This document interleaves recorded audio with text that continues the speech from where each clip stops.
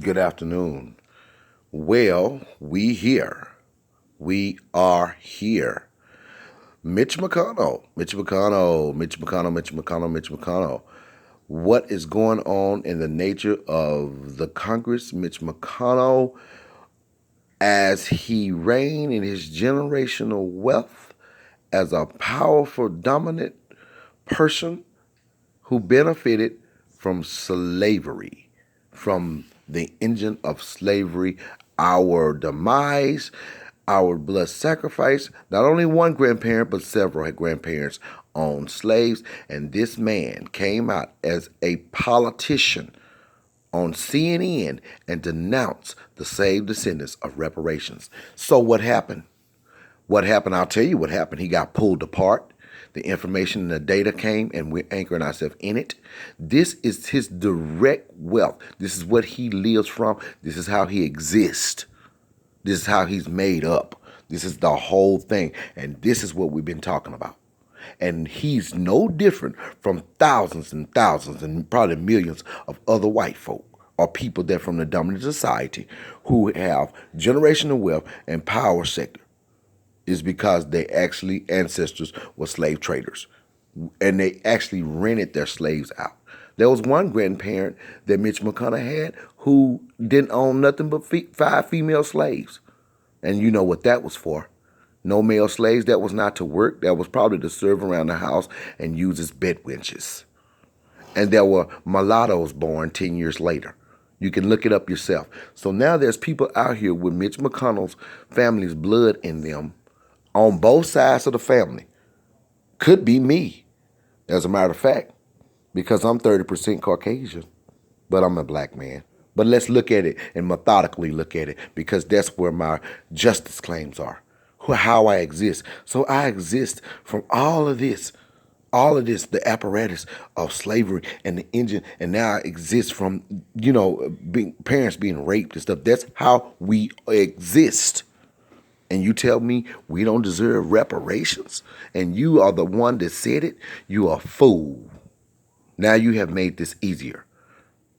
And that's good because you know what? You undermine the movement, you undermine our prestige and our methodical, assertive energy and understanding our intellect.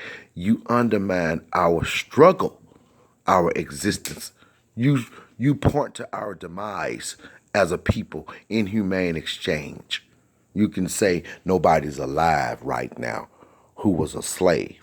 Yes, we are. We are slaves economically. It's went on a different level. No, we're not in your field working, but we in your buildings working. No, we're not in your fields working or doing the railroad, but yes, we are. We own every engine working that is owned by slave traders and people who are constituents. And without reparations, without an inheritance. Not to mention the fact that everybody's screaming about the Civil War and we fought for you in the Civil War. You did not. You were fighting because it was a war between brotherhood in America, the Union and the Confederacy. And the slaves were freed so that white people can have jobs because it was keeping people from working if they were getting free labor. And then you got reparations when we were supposed to have our incentives for becoming America on an equal playing field. It never happened. So we struggled and we survived. All through Dr. King and Malcolm X, and they were assassinated. Dr. King was. We never were corrected economically. We were forced to live in this space, this actual space that we live in right now today, even with a successful personal endeavor. We have to eat the huge disadvantage of being descendants of people that were enslaved in captivity. This is the land of our family captivity. Our bones is in this soil. Blood from being abused by your people, your ancestors, for wealth that you actually reign from right now, that you actually benefit from right now. Inheritances. Leaving down plantations in the wheel of plantations that's worth $10 million and turning them into museums and all kinds of stuff, money and stuff that came from the cotton gin and the building of the railroads. And you tell black people we don't deserve to be compensated and repaired. Well, when you exploit you can exploit a pimp can exploit a hoe because she don't have nothing.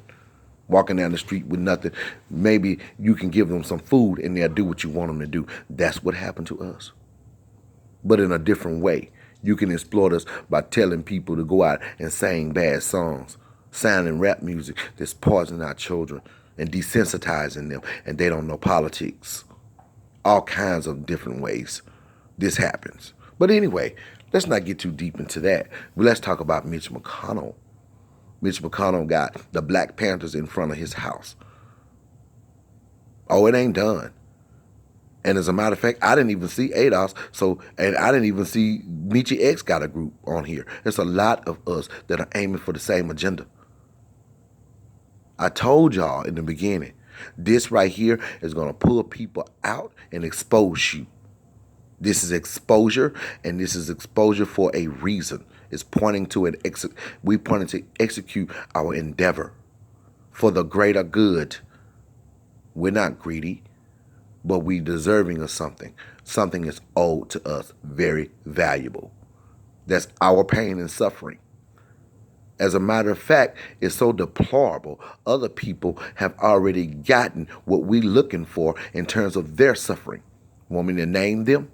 The Jews, the Native Indians, the Japanese. I can go on. I can go on where groups are being entertained by wealth, entertained and aided by our tax dollars. Civil rights, coming over here, jumping on the civil rights. People from these other countries, black immigrants, and all in our Congress, and all in our news anchor, and supposed to be representing us until we pull it apart and unpack it and find out that they are not us, so they cannot possibly have our plight. So we deserve reparations. We have been racially institutionalized, racially. And you tell me that. So this is what we're looking for. So some of y'all people need to get out of the way and be in the way in terms of for the greater good. Get out. We deserve our due. We deserve our due as a people that has suffered in this country. And we are economically enslaved. It's a different form. Economically, the reason why is because we never were able to move in the way which groups move in our country. In our country, a lot of black people are more American than other people. We always trying to help people. And let me say something: you black mayors and stuff out there that's fighting against your own agenda, you better get out the way. Because this is not a game. And it's just funny to me. I'm thankful today about the exposure. Because this, when we look at it, we're going to see there's all of them like that. I don't care if you're in the fifth generation. That generation of wealth can go down to your grandkids and grandkids. Millions and millions of acres of land. Millions and millions of dollars. Billions of dollars. People getting houses and stuff that's willing it to their children and doing college transfer, and we around here paying tuitions and trying to live the American dream. Not because we're dumb or low IQ. A lot of us are educated and could be educated, but because it's a huge disadvantage, you force a people in a disenfranchisement in terms of opportunity and even food. And you tell me I don't need reparations in order to be corrected, in order to be anchored in my inheritance. That ain't your business what I do. You ain't been worried about us this far. So cut the check.